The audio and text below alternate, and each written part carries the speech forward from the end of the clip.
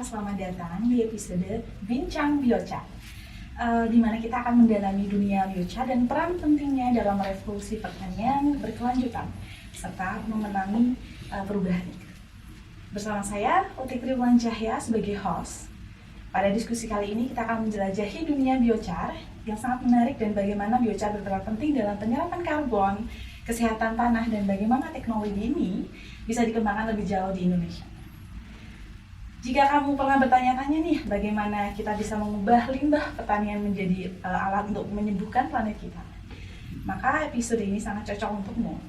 Kita akan membahas ilmu di balik biochar itu sendiri, manfaatnya bagi tanah, serta bagaimana biochar dapat membantu mengurangi dampak perubahan iklim sekaligus mempercepat teknologi biochar di Indonesia itu seperti apa. Dan tentunya saya di sini dihadiri oleh 3 narasumber yang sangat berpengalaman di dunia biochar. Nah, narasumber pertama kita ada Ibu Profesor Dr. Insinyur Widowati Ampe selaku guru besar dari Universitas Tribhuwana Tunggadewi. Selamat siang Ibu. Selamat siang, terima kasih di acara Bincang Biochar. Sama Ibu Wido. Selanjutnya ada narasumber kedua kita, Bapak Insinyur Fauzan Humaydi selaku Head of R&D dari PT Great Giant Finance. Bapak selamat datang dan selamat siang dari mana? Selamat siang, makasih udah diundang saya. Sama-sama Bapak. Selanjutnya narasumber ketiga kita ini jauh-jauh datang dari Kolombia. Bapak Diego selaku Head of Agronomy di PT Great Giant Finance. Terima kasih banyak untuk undang kita hari ini ya. Maaf ya kalau bahasa Indonesia masih belajar ya. Ya oke Bapak, tidak masalah. Selanjutnya mungkin kita akan mulai pertanyaan pertama ya. Untuk pertanyaan ini akan saya tujukan kepada Ibu Widowati. Ibu, ini kan kita hari ini ngobrolin mengenai biochar. Boleh dijelaskan dulu kepada para pemirsa nanti akan melihat podcast ini. Sebenarnya biochar itu apa sih Ibu dan mengapa penggunaannya itu penting? Kemudian bagaimana penggunaannya ini penting untuk pertanian berkelanjutan di Indonesia? Ya, menurut Asosiasi Biochar Internasional disebutkan bahwa biochar itu adalah bahan karbon yang diproses secara pirolisis dari biomasa seperti limbah pertanian ataupun kehutanan, sisa-sisa tanaman atau bahkan bahan organik lainnya. Dan proses pirolisis ini dilakukan pada temperatur yang tinggi dan dalam kondisi yang terbatas oksigen. Poin menarik dari biochar ini adalah sifat dan komposisinya, yaitu bahan yang strukturnya berpori dan memiliki luas permukaan yang tinggi, sehingga biochar ini dijadikan bahan yang baik untuk meningkatkan kesuburan tanah. Dan kalau kita melihat manfaat biochar yang begitu banyak, kita akan tahu bagaimana ternyata biochar ini kalau dimanfaatkan itu sangat penting untuk menuju pertanian berkelanjutan yang ada di Indonesia khususnya. Manfaat penggunaan biochar diantaranya adalah yang pertama untuk meningkatkan kesuburan tanah ataupun kualitas tanah. Mengapa demikian? Karena biochar memiliki karakteristik yang sangat baik untuk meningkatkan baik itu struktur tanah ataupun kemampuan tanah untuk menyimpan air maupun unsur hara, sehingga dengan pemberian biochar ini bisa meningkatkan kesuburan tanah. Selain daripada itu, biochar juga sebagai bahan penyimpan karbon yang sangat efektif.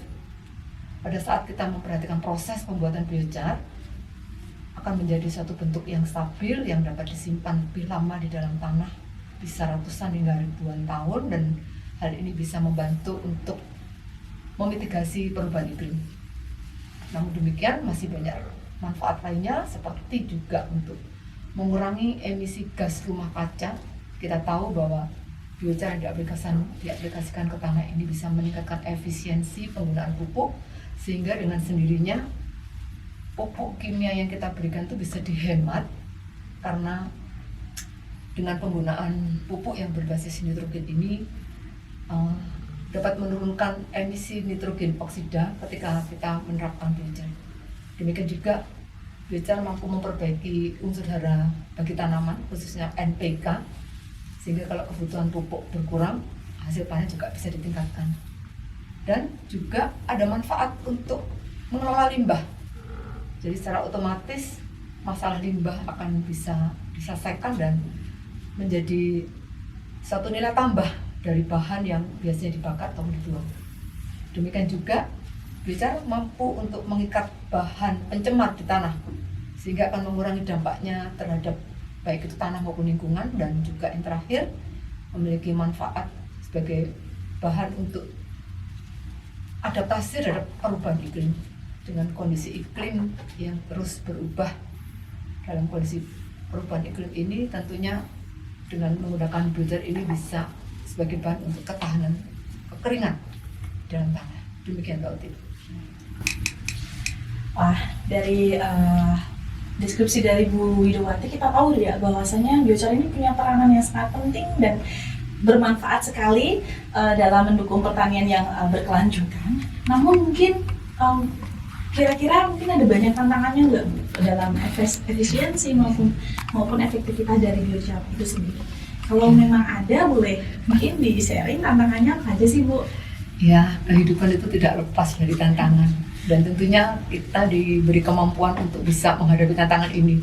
Terutama di dalam biochar ini ada beberapa tantangan, diantaranya adalah variabilitas kualitas biochar itu sendiri, karena biochar itu dihasilkan dari berbagai jenis limbah sebagai bahan baku yang tentu akan mempengaruhi sifat fisiknya ataupun kimianya. Demikian juga bagaimana biochar itu diproduksi dengan berbagai metode yang tentunya ini akan mempengaruhi penggunaannya ketika diaplikasikan ke dalam tanah. Di samping itu juga tantangan terhadap tingkat pengetahuan dan kesadaran masyarakat yang kurang gitu ya. Dan ini akan mempengaruhi manfaat maupun cara bagaimana produksi biochar itu sendiri, sampai juga tentunya akan mengarah pada hambatan di dalam mengadopsi teknologi biochar ini. Apabila ditinjau dari biaya produksi maupun transportasi, tentu juga bisa sangat tinggi ya, terutama untuk di daerah terpencil yang letaknya jauh gitu ya. Dan ini juga bisa menjadi salah satu penghalang bagi petani kecil yang memiliki dana yang terbatas. Demikian juga kalau kita melihat penerapan pengaruh dalam jangka pendek ataupun jangka panjang, biasanya efek positif penggunaan biochar itu tidak segera terlihat, gitu ya. Khususnya dalam jangka pendek, mungkin musim tanam pertama mungkin belum kelihatan, dan efek positif ini akan bisa terlihat dengan baik dalam beberapa periode yang lebih lama. Dan kemungkinan petani itu kurang sabar ya ketika dia tidak bisa melihat hasil secara nyata dengan cepat, begitu ya. Hal ini juga bisa mengurangi motivasi mereka untuk menggunakan biochar. Dan lagi kalau kita melihat ketersediaan bahan baku yang sekalipun melimpah di Indonesia ini, tetapi juga perlu diperhatikan konsistensinya, dan juga bisa menghambat proses produksi apabila ketersediaan bahan itu akan berkurang. Dan tak kalah penting sebagai tantangan juga adalah regulasi dan kebijakan pemerintah yang perlu sekali untuk mendukung dalam rangka mengadopsi teknologi biochar itu. Terima kasih Bu. Selanjutnya mungkin saya akan beralih ke Bapak Insinyur Fauzan ya Bapak. Dengar-dengar di GGP ini atau di PT Grijayan Pineapple ini sudah selama kurang lebih 4 tahun sudah mengadopsi atau mengimplikasikan daripada biochar ini sendiri di lahan mereka. Nah Bapak, dalam penggunaan biochar sendiri di Grijayan Pineapple itu dalam menghadapi tantangan tersebut yang tadi disebutkan oleh Bu Widowati, kira-kira seperti apa Pak? Iya, terima kasih Mbak Uti. Kesempatan bagus juga untuk cerita sedikit tentang latar belakang dari kenapa kita di Grijayan Pineapple itu mengadopsi teknologi biochar. Jadi ada 3 pemikiran. Pertama adalah bahwa kita itu ingin mengelola semua limbah kita itu menjadi material yang lebih bermanfaat.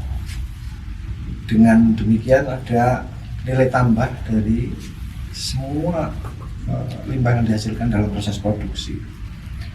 Itu komitmen pertama.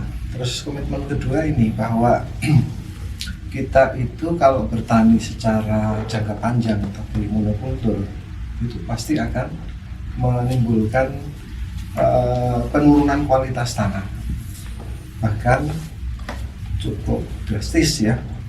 Kalau menurut laporan FAO itu 80% dari lahan pertanian di dunia ini sudah mengalami degradasi sebetulnya. Dan kita ingin bisa mewariskan apa yang kita lakukan sekarang kepada anak cucu kita sampai sekian ratus tahun ke depan. Satu-satunya cara adalah kita mesti komit dengan upaya untuk melakukan regeneratif agriculture, bukan pertanian yang sifatnya degeneratif atau merusak.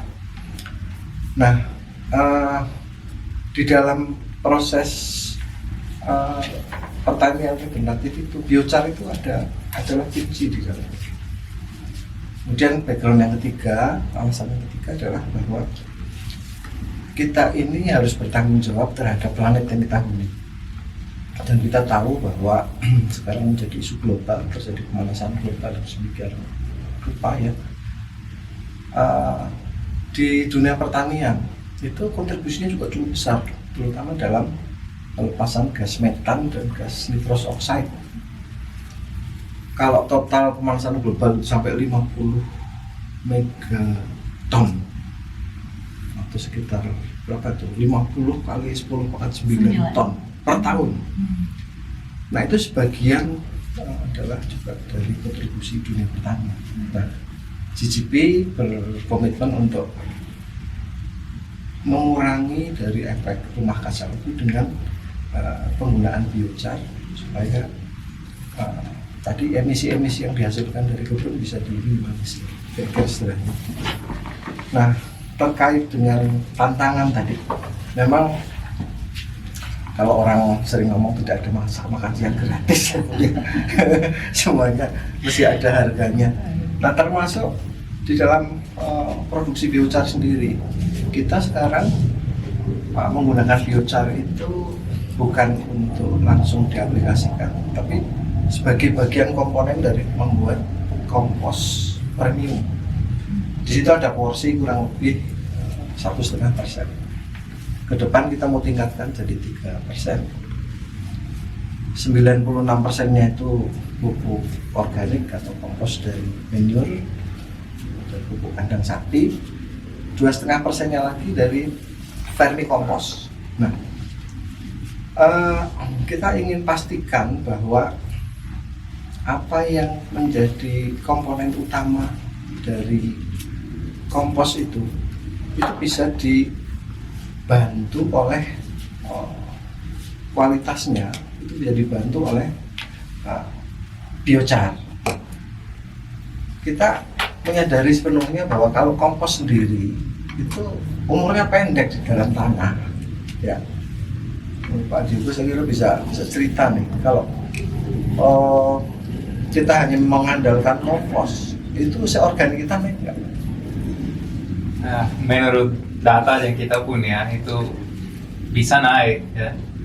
Tapi seperti Pak Fauzan diskusi dengan kita tadi pagi ya, setelah satu siklus itu kan turun karena ada proses-proses sendiri dari mikroba, biologi di tanah, fisika, kimia tanah, dan dari pertumbuhan tanaman. Jadi ya kompos cukup membantu ya. Ya. Tapi setelah beberapa siklus, apalagi tanaman nanas yang jangka panjang itu C organik bisa turun. Jadi intinya dengan adanya biochar itu akan memastikan bahwa bahan organik yang kita kasih ke dalam tanah akan lebih sustain, lebih persisten dalam waktu yang lama. Gitu kira-kira. Sangat menarik ini ya. Berarti ini biochar ini sangat kita bisa sebut hero-nya tanah ya, Bapak Ibu ya. Dalam untuk jangka waktu yang sangat lama. Gitu. Jadi saya tadi dengar bahwasanya memanfaatkan limbah di sana ya Pak. Mungkin nama limbahnya itu bromel lain ya Pak ya? Ya, betul. Nah, itu apa juga memanfaatkan biochar lain selain bromelain ini? Betul. Jadi bromelin itu produksi untuk satu material benzin, ada pabriknya. Nah, menghasilkan limbah padat. Limbah padatnya ini merupakan material yang paling besar untuk digunakan sebagai proses pembuatan biochar. Kemudian yang kedua adalah dari material bambu. Bambu ini juga limbah di lapangan karena kita itu dalam budidaya pisang itu banyak menggunakan bambu untuk cropping, untuk penyangga supaya tanaman itu kalau kena angin nggak gampang roboh. Tapi pemakaiannya kan waktunya terbatas tuh. Nah, setelah nggak dipakai lagi, nggak cukup kuat, kita kumpulin, kita chopping, itu sebagai material kedua untuk pembuatan biochar. Kira-kira Gitu. kalau kira-kira kalau diaplikasikan itu perbedaannya apa antara bromelain sama si biochar bambu ini? Ya, ada karakteristik yang berbeda dari dua material bahan baku ini. Kalau dari bambu itu kelebihannya adalah dia mempunyai kandungan karbon yang tinggi. Pori-porinya kecil tapi banyak. Nah, kalau dari bromelain dia porinya bukan kecil tapi agak besar sedikit, yang disebut dengan pori meso. Kalau mikro itu hitung-hitungannya itu kalau diameternya itu kurang dari 2 nanometer. Tapi kalau meso itu sekitar 2 sampai 50 nanometer. Nah, biochar yang dihasilkan dari material bromelain, limbah bromelain itu sekitar ukurannya meso. Jika dengan mengkombinasikan kedua bahan itu, maka fungsi setiap pori itu komposisinya lengkap. Karena kita tahu ya kalau yang pori meso itu umumnya dihuni dan digunakan untuk absorpsi nutrisi. Tapi kalau yang mikro itu bagus untuk absorpsi mikrobia yang menguntungkan. Yang makro itu untuk penyimpanan air. Jadi dengan menggunakan dua bahan ini diharapkan bisa memenuhi semua kebutuhan tanaman. Kira-kira. Terima kasih Pak Fauzan, Pak Diego. Selanjutnya saya kembali lagi ke Bu Widowati ya Bu ya. Ibu, apakah biochar ini dapat berfungsi dalam meningkatkan kesehatan tanah, terutama di Indonesia itu sendiri? Khususnya dalam meningkatkan pH? Ya, terima kasih. Biochar itu memang adalah salah satu bahan yang dihasilkan karena sifatnya alkalin.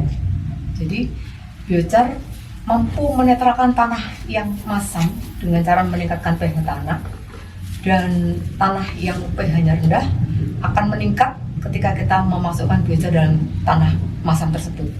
Jadi kalau begitu fungsi biochar ini juga bisa sama dengan kalau kita menggunakan dolomit, kapur pertanian yang sanggup untuk memperbaiki pH tanah. Demikian.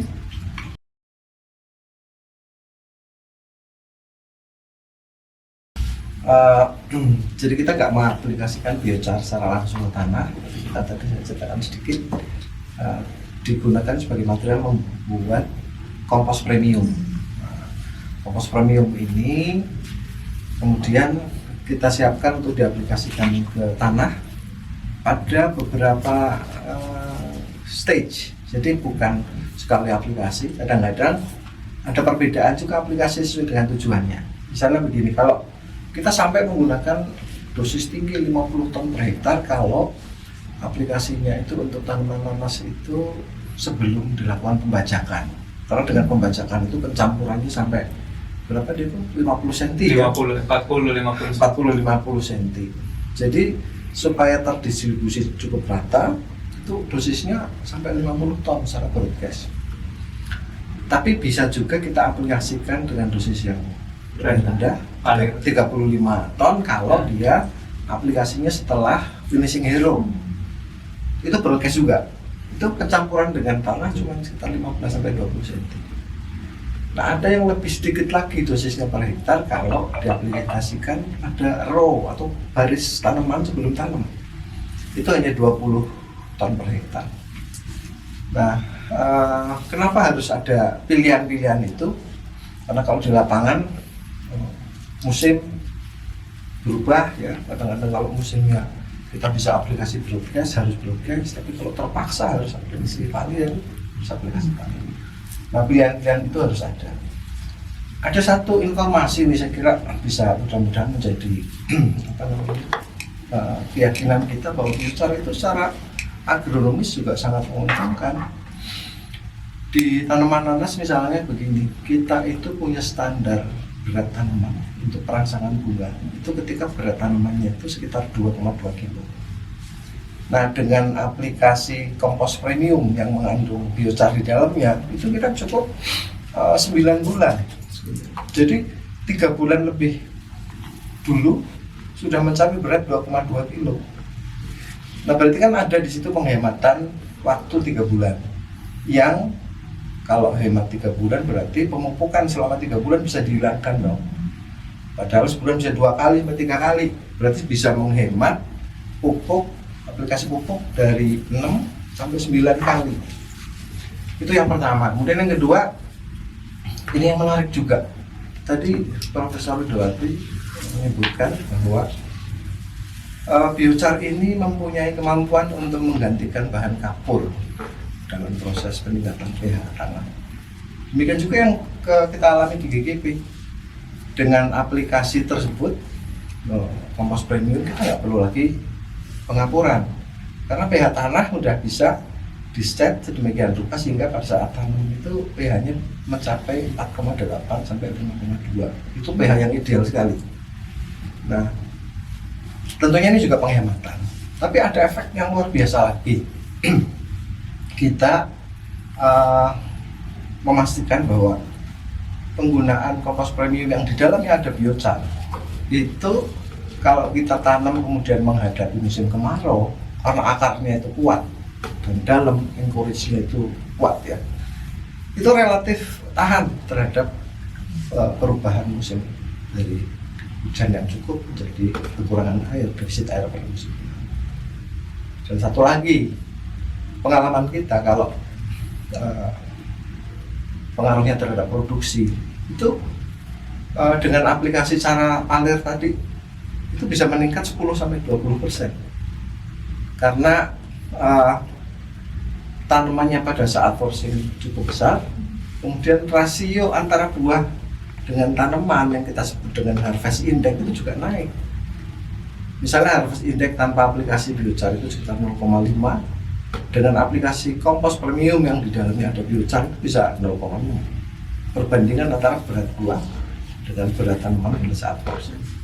Nah, itu hal-hal menarik yang saya kira bisa memotivasi kita bahwa tantangan itu kalau kita kerjakan dengan sungguh-sungguh pasti ada manfaat dan benefit yang signifikan juga. Gitu Mbak.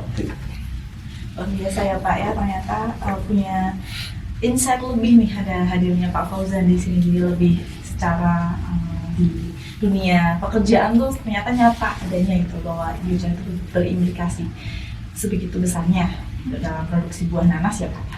Kalau dari Pak Diogo sendiri mungkin ada tambahan Pak kalau dalam.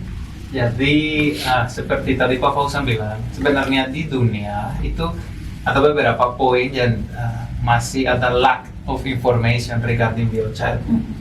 Mungkin yang pertama itu tentang cara aplikasi. Masih perlu lebih detail ya. Apa yang paling ideal sesuai tanah, jenis tanah apa. Dan yang kedua itu efek di dalam agronomi, dalam pertumbuhan tanaman ya. Hampir banyak peneliti dan penelitian fokus lebih untuk emisi karbon sequestration atau untuk efek di struktur fisika dan kimia tanah. Jadi kita di GGP sepertinya itu inovasi ya, karena nggak ada banyak informasi di di jurnal, sumber ya, referensi yang baik. Jadi informasi yang kita bisa mendapatkan mungkin sedikit, tapi kita pakai informasi itu untuk memperbaiki cara aplikasi biochar kita dan bagaimana meninterpretasi hasil di dalam pertumbuhan tanaman. Apalagi di nanas ya, di nanas nggak ada banyak penelitian agronomi tentang biochar ya. Mostly fokus di tanaman jangka pendek, spesial jagung itu yang penelitiannya paling lama sekitar 3 tahun itu di jagung ya. Jadi seperti apalagi pisang misalnya ya, Ya. tepat sekali ya. Apalagi buah-buahan yang Ya. lain ya. Dan satu hal lagi, itu sudah clear di banyak penelitian di dunia bahwa efek biochar sendiri lebih baik kalau campur dengan amenden lain atau dengan pupuk ya. Ya sendiri masih harus dipelajari ya, dan juga dari sisi cost untuk banyak orang yang mau memakai biochar masih agak sedikit berat ya. Oke? Wah, dapat lagi ya ilmunya ya, bahwasanya biochar ini ternyata nggak bisa berdiri sendiri, harus ada tandumannya kalau kita bilang ya Pak ya, harus ada soil amendment yang lainnya untuk. Iya. Tapi dengan adanya biochar ini mampu meningkatkan kualitas tanah sehingga meningkatkan produktivitas dari tanaman yang kita tanam seperti itu. Balik lagi ke Bu Widowati nih, Boleh. Ibu.